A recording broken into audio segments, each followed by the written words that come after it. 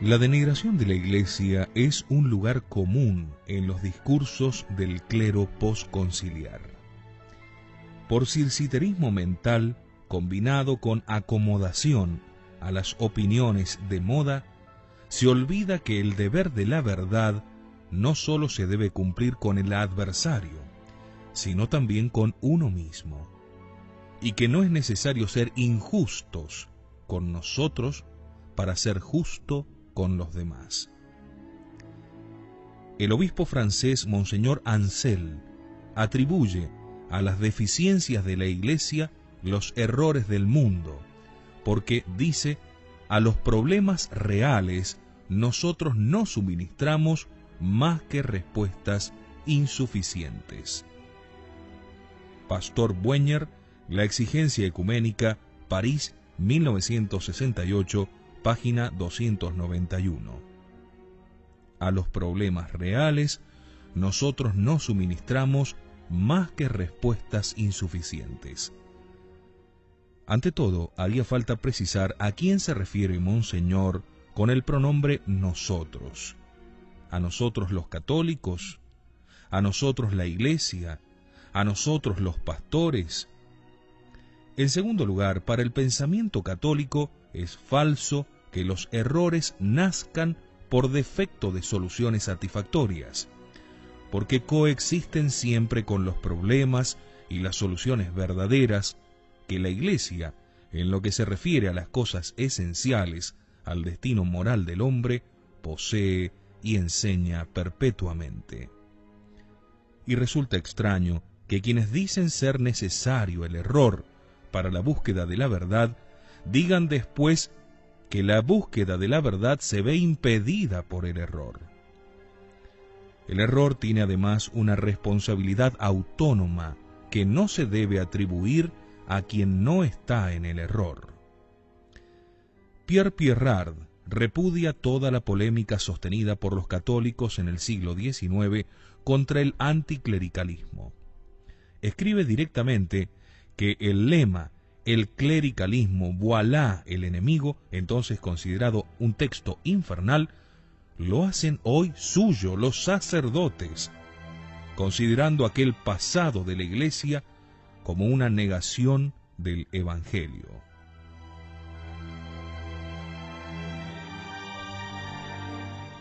El franciscano Nazareno Fabretti, en la Gaceta del Popolo, 23 de enero de 1970, hablando con muchos circiterismos teológicos sobre el celibato eclesiástico, carga con una acusación criminal hacia toda la historia de la Iglesia. Escribe que la virginidad, el celibato y los sacrificios de la carne, puesto que han sido impuestos durante siglos solamente por autoridad y sin ninguna otra persuasión y posibilidad objetiva de elección a millones de seminaristas y de sacerdotes, representan, dice, una de las mayores plagas que recuerda la historia.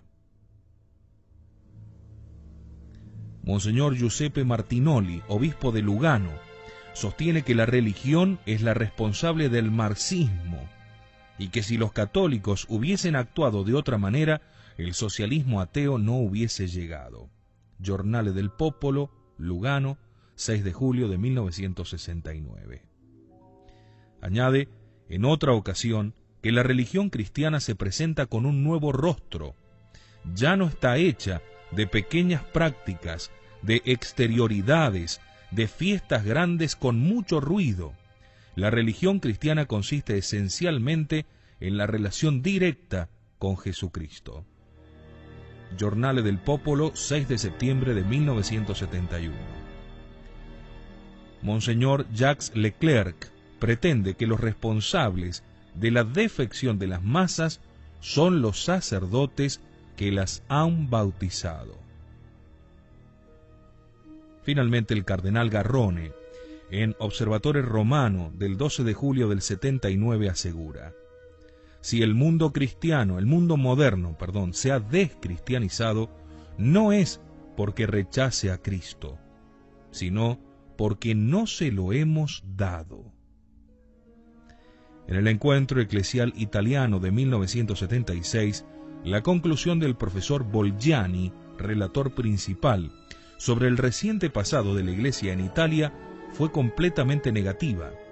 Inutilidad del episcopado, compromiso con el poder político, oposición a toda renovación, etc. Puede leerse Observatore Romano 3 y 4 de noviembre de 1976. Siguen el cardenal Leger, arzobispo de Montreal, en una entrevista en Easy número 287 del 1 de mayo del año 1967, llegaba incluso a decir que si decrece la práctica religiosa no es un signo de que se pierde la fe, porque según mi humilde opinión no se la ha tenido nunca. Así hablan los cardenales y los obispos. Según el cardenal, en el pasado no existió en los pueblos cristianos una fe verdadera. Más adelante aclararemos el falso concepto de fe que subyace en estas declaraciones.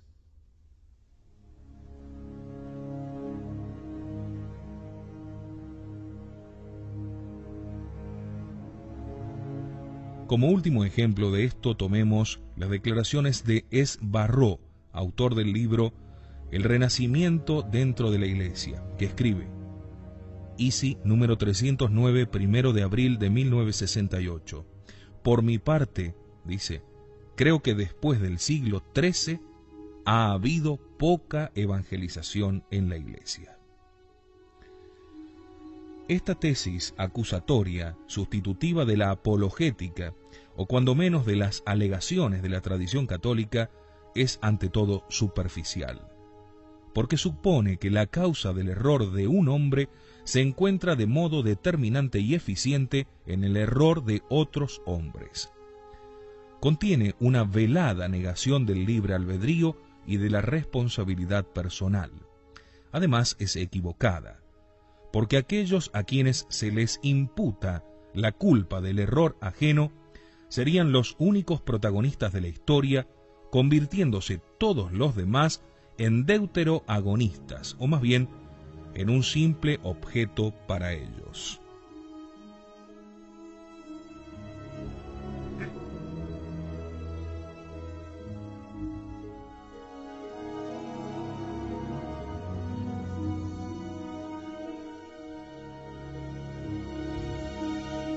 Finalmente es irreligiosa y da lugar a una consecuencia que entra en conflicto con verdades teleológicas y teológicas. En efecto, aplicando este criterio acusatorio, se acaba atribuyendo al mismo Jesucristo la responsabilidad del rechazo que le opusieron los hombres, culpándole a él de no haberse manifestado bien y suficientemente, y de no haber disipado por completo la duda acerca de su divinidad. En suma, de no haber cumplido su deber como Salvador del mundo. De la Iglesia la acusación rebota hacia Cristo, del individuo social al individuo singular que es su fundador. La verdad es que el éxito de la Iglesia no es un acontecimiento histórico, sino del ámbito de la religión y de la fe. No se puede contemplar la acción de la Iglesia, esencialmente espiritual y ultramundana, incluso cuando es temporal, como si valiesen para ellas las leyes de un negocio totalmente humano. La tesis acusatoria se resiente de la superficialidad teológica de los innovadores, que habiendo epocado completamente el dogma de la predestinación, ya no pueden captar ni siquiera la profundidad de la libertad humana, a la que se hace depender contradictoriamente de la libertad de otros, ni la profundidad del misterio de la redención. Juan Pablo II, en el mensaje de Navidad de 1981, Observatore Romano, 26 de diciembre de 1981, ha mostrado bien esta profundidad teológica del misterio cristiano. Es cierto que el misterio cristiano es el nacimiento del hombre Dios venido al mundo, pero idéntico misterio es que el mundo, incluso en la Navidad, no le haya acogido y continúe sin acogerle. El misterio del rechazo al Verbo constituye el misterio profundo de la religión y supone una gran aridez religiosa ir a buscar la causa de ello en las culpas supuestas de la Iglesia. Nuestro Señor, prefigurado en Isaías 5:4 y rememorado en el admirable oficio de la sexta feria en Viernes Santo, interpela al género humano. ¿Qué más había de hacer yo por mi viña que no lo hiciera? Pero los modernos parecen contestar claramente: ultra debuisti facere et non fecisti. A la lamentación de Cristo responden: has sido pesado en la balanza y hallado falto de peso. Daniel 5:27. La predicación milagrosa de Cristo dejó a muchísimos en la incredulidad.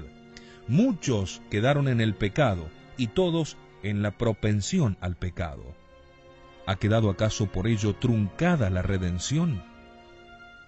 Los acusadores de la Iglesia no solo ignoran la psicología de la libertad junto con su misterio, y la teología de la predestinación junto con su misterio, sino también la ley mayor de la teodicea, que reconoce en el proyecto de la manifestación de Dios ad extra un fin que se reconduce a la historia de Dios ad intra. La distinción semántica entre suadere y persuadere es suficiente para justificar la historia de la Iglesia. El primer verbo significa proponer, suadere. El segundo, persuadere, significa imponer. La historia es el teatro conjunto de la predestinación divina y de la libertad humana.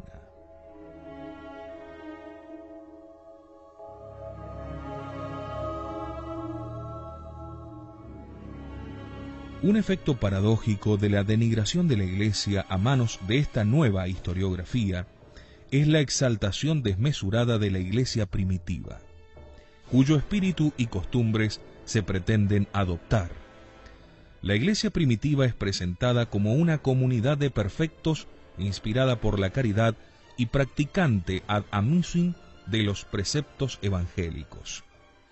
La verdad es, por el contrario, que la Iglesia fue en todo tiempo una masa mixta, un campo de trigo y de cizaña, una totalidad sincrética de buenos y malos.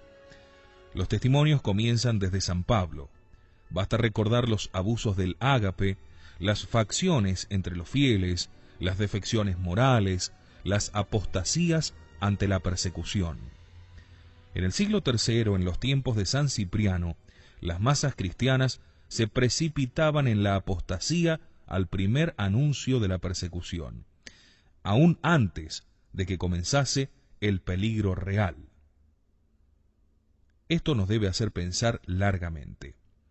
Por otra parte, ¿no pertenece acaso a los primeros siglos aquel enorme pulular de herejías y de cismas, de los que San Agustín enumera hasta 87 formas?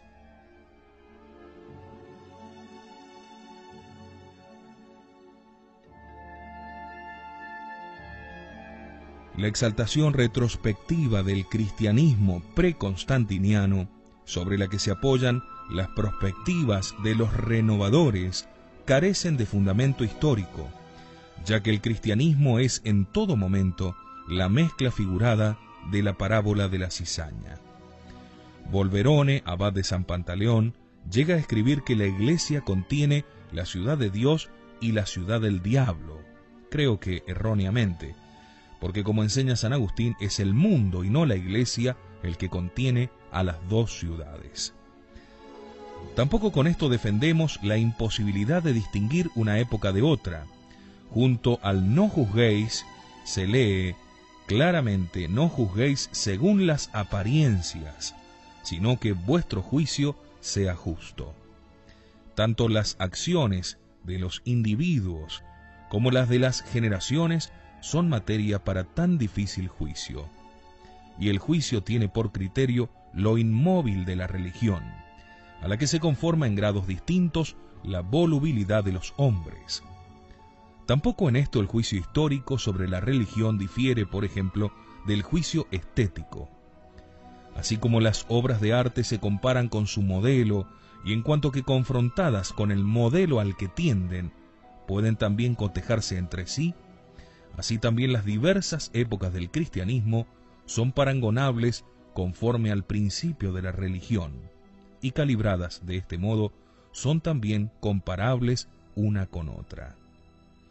Un período de crisis de la Iglesia es aquel en el que su alejamiento del principio llega hasta hacerla peligrar. Pero no tomaremos como medida de un momento histórico otro momento histórico arbitrariamente privilegiado. No juzgaremos, por ejemplo, el estado actual confrontándolo con la Iglesia medieval, sino que compararemos todos ellos con su principio común, suprahistóricos e inmutables, como corresponde a la inmutabilidad divina.